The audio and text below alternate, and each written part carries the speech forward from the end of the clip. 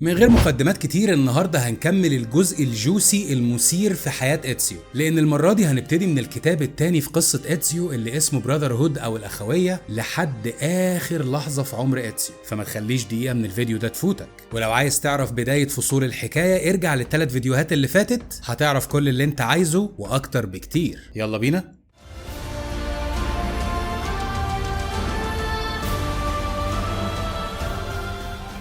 الكتاب التاني من ملحمة إتسيو عبارة عن رحلة طويلة لدفع تمن الدم، تمن تسرعه وتمن عدم فهمه لتبعات الخير اللي له عواقب زي الشر بالظبط. وده بيتبلور في رجوع رودريجو بورجيا للحياة السياسية بقوة تاني، ولكن المرة دي بفكر أوسع وخطة أشنع، وقراره إنه هيحول الدولة لمصيادة كبيرة يقدر من خلالها يمحي كل وأي واحد بيعاون البعث الجديد لعشيرة الأساسنز متمثلا في إتسيو. والمرة دي هيعملها من على أعلى كراسي السلطة، كرسي الحاكم شخصيا. المعركة المرة دي معركة أفكار وتخطيط وتكنيك، مش سيوف وأنصال خفية وخلاص. أي نعم إتسيو طول الطريق بيتخلص من كل اللي شاركوا أو عاونوا الهجوم المضاد اللي حصل بعد نهاية الجزء الأول على قلعة مونتريجيوني، اللي بينتج عنه موت عمه ماريو اللي استقبله كطفل تايه ملوش هدف في نفس المكان اللي صنع منه أساسا أسطوري، وبيكتشف إن وقت المساعدات المجانية انتهى وجه الوقت إنه ينفذ اللي بيؤمن بيه. مش انت عايز البشر يتحرروا؟ اتحرر انت الاول.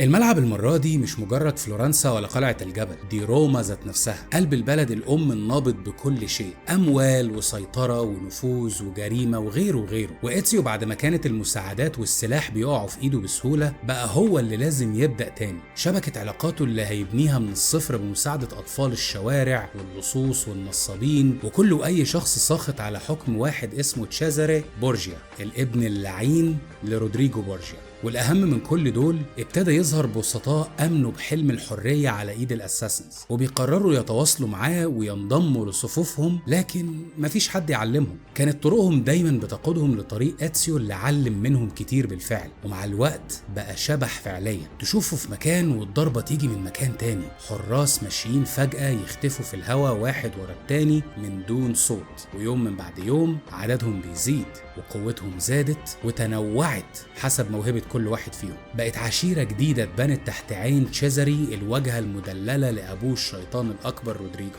لكن مين قال إن المعركة كلها خسائر؟ إتسيو بينسى شخص مهم كان ومازال دايما في ظهره، أخته الصغيرة الضعيفة كلاوديا، اللي طول المدة دي كانت بتتعلم منه في صمت، بتراقب بهدوء وعينين ما بيفوتهاش تفصيلة من كل المعلومات اللي بتسمعها عن العشيرة من أخوها أو عمها اللي مات أو أعوانه، وبتقرر تتحول لمديرة حياة إتسيو من الظلال، يمكن تقدر ترجع له جزء من آدميته، لحد ما بتقرر تنزل بنفسها تقود جزء من الحرب مع أخوها من خلال السيطرة على بعض الفصائل اللي في الشارع زي فتيات الليل في روما. فبتعلمهم وبتغير تفكيرهم بحيث إن مفيش حرف يسمعوه من أعدائهم إلا وتوصل لها المعلومة وبالتالي للعشيرة. وبيكون ده أول درس بيتعلمه إتسيو، إنه مش شرط تبقى الأقوى عشان تفوز، ذكائك وقدرتك على الثقة في أعوانك سلاح مهم عدوك مش شايفه. طب وأعوان إتسيو اللي اتكلمنا عنهم في الحلقة اللي فاتت، كلهم بعد سقوط مقر الأخوية شكوا في بعض، وكل واحد فيهم اتهم التاني إنه الخاين، فبيضطر إتسيو يتدخل ويوحد الصفوف مرة تانية بنفسه، بس المرة دي بعقليته وبتخطيطه وترتيبه للمعارك اللي محتاج فيها فرسانه الأوفياء منهم. وابتدى يلاحظ إن حتى اللي منهم مش واثق في التاني واثق في رؤيته هو، اللي بقى فجأة كل شيء مرتبط بيه، حتى نهاية عدو تشيزاري بورجيا اللي قرر ما يغلطش معاه نفس غلطته مع أبوه، ففكر إنه لو هيستعمل الرحمة لازم تكون موصولة بالعدالة. بعد ما إتسيو بيبقى على وشك يفقد الأمل في السيطرة على خلافات أعوانه، بيفاجأ بماكيافيلي بيبلغه إنه جمع الكل في مخبأ الأساسنز المؤقت، ولما إتسيو بيروح هناك بيلاقيهم كلهم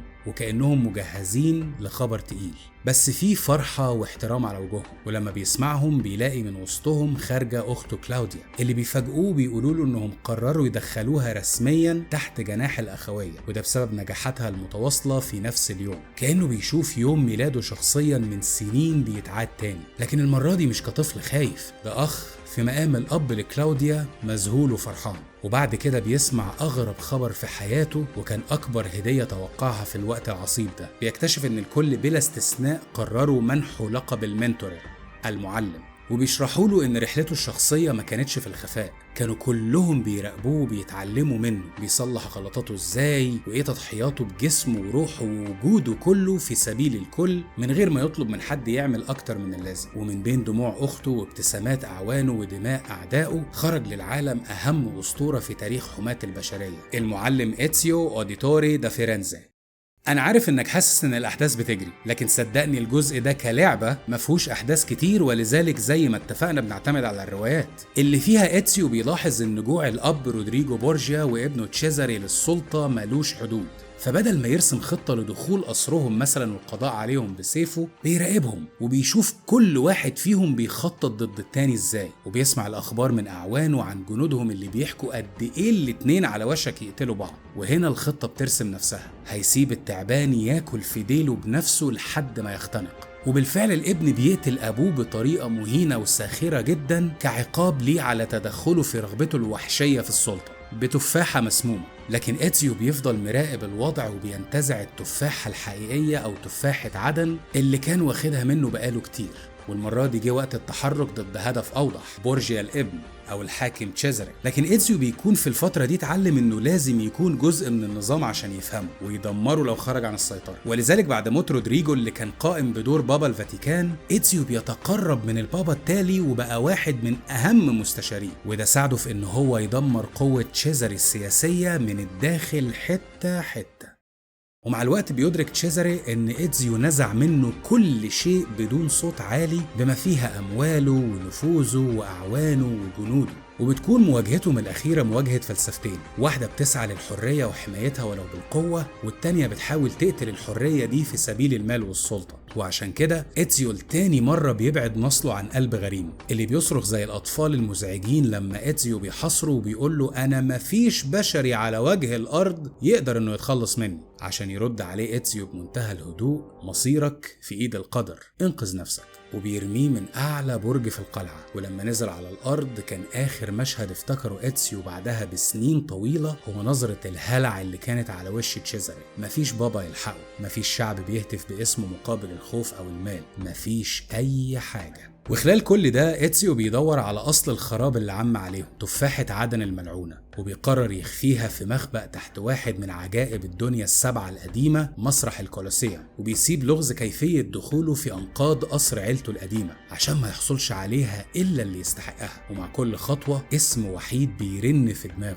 الطائر ابن لا أحد، الأستاذ والمعلم اللي حرك إيده وخطواته طول السنين دي من وراء حجاب الموت من خلال كتاب واحد، صفحات متفرقة، سنين طويلة واختراعات مذهلة كلها حملت توقيع المعلم الحقيقي، الشخص اللي خطاب أبو إتسيو وصف له فيه إمتى وإزاي وفين يقدر يقابله. ومن هنا قرر معلم العالم الجديد يروح بنفسه للأستاذ الأول، للفارس الحزين، عشان يسمع منه بنفسه أدق أسراره.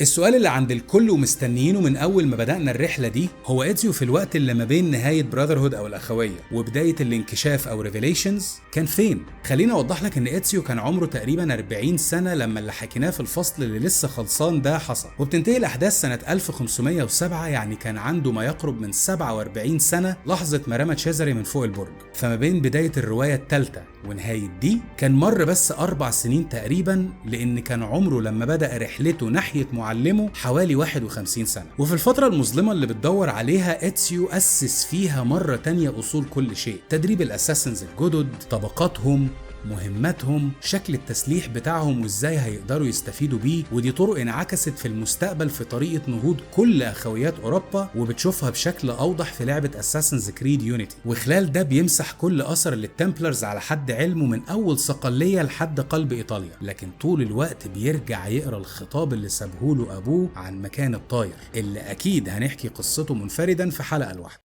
رحلة إتسيو بتمر بمحطات كتير، بحار وبلاد واسعة وقراصنة مرتزقة وقوات كانت تابعة للبورجيا بتطارده، لكن طول الرحلة متملك منه إحساس واحد، أنا كبرت قوتي ما بقتش زي الاول، سرعتي ما بقتش زي البرق الخاطف زي ما كانت زمان، لدرجة انه كتب خطاب لاخته بيطلب منها تنساه لو وصلها خبر موته وما تحركش اي حد عشان ينتقم ولا يدور عليه. ولسبب ما حس ان الرحلة المحورية دي مش مجرد انسان بينطلق في مغامرة، ده اتصال عبر شخصين فاصل بينهم حوالي 200 سنة واكتر كمان. وبعد مدة تقارب السنة وشوية سنة 1511 ميلادية، في رحلته من ايطاليا لسوريا في طريقه لقلعة مصياف مش مصيف، بيفاجأ بلجنة استقبال متمثلة في حراس بيحملوا شارة التمبلرز. رد فعله الخاطف لخبطهم في البداية، لكن السن والإصابات تمكنت منه، خاصة بعد ما شاف حد كمان كان في استقبال، شبح الطائر ابن لا أحد شخصيا. وبعد ما بتكتر إصاباته وبيفقد الوعي بسببها، بيقرروا إعدامه، لكن قبل إعدامه بثواني بيهرب منهم وبيوصل لمكتبة الطاير الخاصة في سراديب تحت قلعة مصياف. بس بيعرف من واحد من العمال إن ليها مفاتيح معينة لازم يحصل عليها عشان يدخل، والمفاتيح دي مذكور كل معلوماتها في مذكرات نيكولو بولو والد ماركو بولو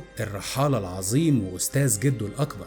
وبياخدها بعد معركة مرهقة مع التمبلرز اللي طردوه، ومنها بيعرف ان اول محطاته هي القسطنطينية او اللي دلوقتي نعرفها باسطنبول. وهناك بيقابل واحد من ألذ شخصيات الرواية، وهو يوسف تازم او يوسف تعظيم، قائد الأخوية العثمانية، اللي حكايته شبه حكاية إتسيو بشكل غريب. أبوه كان أساسا ومات لأسباب مجهولة، وهو ما كانش يعرف حقيقة أبوه، لحد ما اتعرف على واحد من الأطفال اللي بيشتغلوا لصوص في المدينة، وعلمه التسلق وخفة اليد، وفي نفس الوقت مساعدة المحتاجين والتعدي على أي شخص يتعرض له. وبعدها بشوية سنين أمه بتصارحه بحقيقة أبوه وبتديله نصله المخفي. لكن على عكس إتسيو، يوسف ما كانش مقتنع إنه بطل، بس هيعمل أي حاجة عشان هو وأمه يعيشوا، لحد ما حاول هو وصديقه يسرقوا من تاجر غني، بس هو بيقدر يهرب وصديقه بيقتل قدام عينيه. وزي إتسيو بالظبط، لما تم 17 سنة لقاه واحد من أشهر وأقوى الأساسنز العثمانيين، إسحاق باشا، اللي وقتها انبهر بقدراته القتالية، وفي نفس الوقت كان حزين لأنه بعد كل السنين دي مازال لص. لكن شد انتباهه إنه بيحاول دايما يؤذي أو يسرق من ذوي الصليب الأحمر الشهير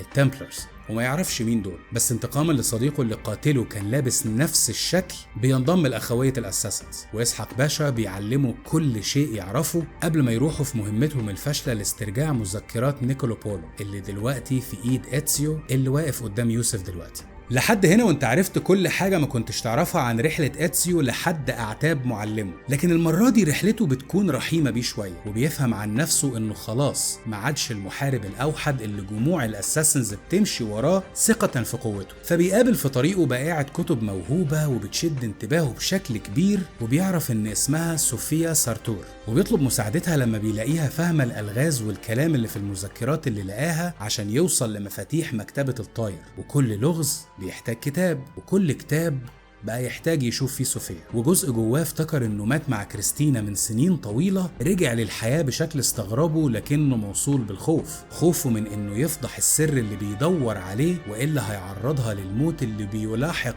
اي شخص بيكون جنبه. ولما حس بكده عرف انها مختلفة بشكل لسه مش هيفهمه دلوقتي، واللي محدش يعرفه ولا هيحكيهولك بالتفصيل ان المفاتيح المطلوبة ما كانتش عشان يفتح باب، دي كانت جزء من الرسالة اللي عبر القرون اللي مستنية إتسيو عشان يعرف إجابة سؤال واحد: ليه أنا وليه الطاير تحديدا؟ وليه إحنا الاتنين اتحطينا في طريق نعمل كل ده وفي المقابل نخسر كل شيء؟ وكل ما بيلاقي مفتاح بيكتشف إن المفاتيح دي بتحمل ذكريات مفصلة عن الطاير كأنه جنبه كل خطوة. لكن حكاية كل مفتاح هتكشف حكايات مهمة من حياة الطاير اللي هنتكلم عنه يمكن في الفيديو اللي جاي، وما انصحكش تفوته.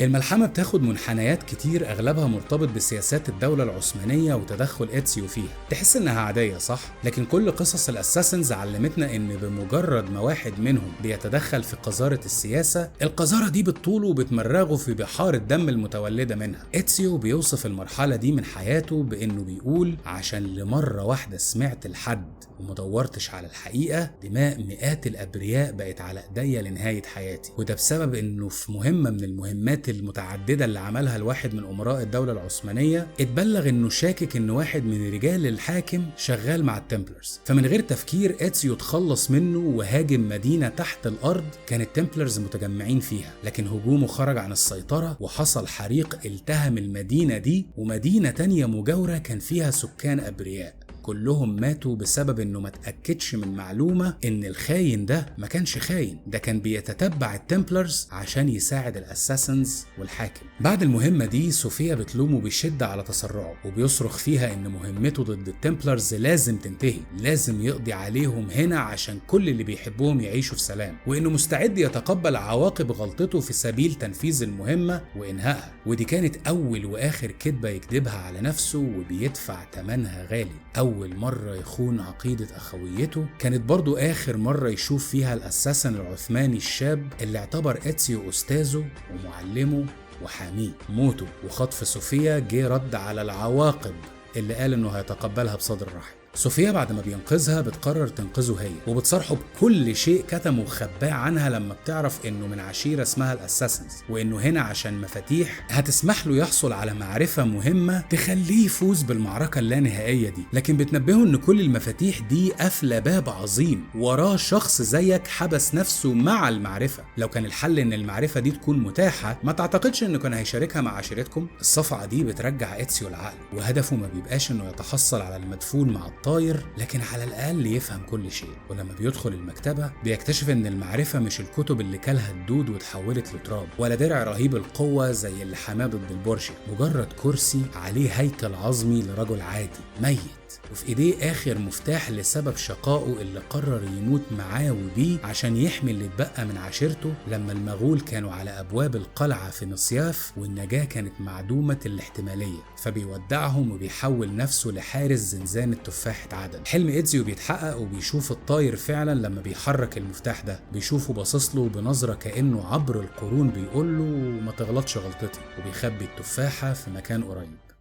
اتسيو بيخرج من المكتبة بجايزة محلمش بيها، إنسانيته، وبياخد صوفيا اللي حكى لها كل شيء عن نفسه وعشيرته، وبيرجع لإيطاليا وهم متجوزين، وبيعلن أخيرا لكل أعوانه إنه خلاص ما بقاش جزء منهم ولا قائدهم. حياة الأساسن اتسيو سرقت حياة البشري، وفي بيت بسيط في الريف بدأ حياته مع صوفيا وابنه مارشيلو وبنته فلافيا، وكل فترة والتانية كان اختياره بيقع على شخص أو اتنين أو أكتر بيدربه، لكن للأسف كان أغلبهم بيفشل بشدة في مهمات قام بيها وهو يمكن أصغر منه، بس برضه من تلاميذه اللي التاريخ فاكرهم كويس وغيروا مساره، زي الأسطورة شاو جون قائدة أخوية الأساسنز في الصين، واللي قصتها المذهلة مترتب لها فيديو تاني. سنة 1524 بيطلب اتسيو من صوفيا إنه عايز يزور فلورنسا. إصراره الغريب على الزيارة دي كان مزعج بالنسبة لها، كأنه منتظر شخص معين هيقابله. حاولت تعرف إيه سبب استعجاله، لكن رده كان دايما أنا عايز أرجع بيتي. وبعد يوم طويل من التسوق لما بيوصلوا واللعب مع بنته فلافيا في السوق، بيتعب الفارس العجوز وبيقعد يرتاح، بس بيسمع شاب بيسب مدينته الحبيبة والناس اللي فيها، فبيحاول اتسيو يرد عليه ويفهمه ان قلة الادب ده عيب ومش عيب المدينة، لكن بيتفاجئ بالشاب ده بينقض على ايده بسرعة خاطفة وبيسلم عليه وهو بيقول له اتمنى لك الشجاعة في اللي جاي، وبعدها بيدوب في الزحام اللي لما بينكشف فلافيا وصوفيا بيشوفوا من خلاله اتسيو لسه قاعد على نفس الكرسي. اتسيو المعلم الفارس الحزين اللي في عمر 65 سنة بيقفل عينيه لآخر مرة في بيته الحقيقي في فلورنسا. يا رب تكون رحلتنا مع اتسيو عجبتكم وفرحتوا بيها، ويا ريت تقولوا لي رأيكم في الكومنتس، وعارف انكم مستنيين قصة شاي كورماك ومتجهز له فيديو ما تقلقوش. ولحد ما اشوفك تاني ما تنساش تعمل لايك، سبسكرايب، شير مع النيردز زي حالتنا، وهشوفك في المغامرة الجاية.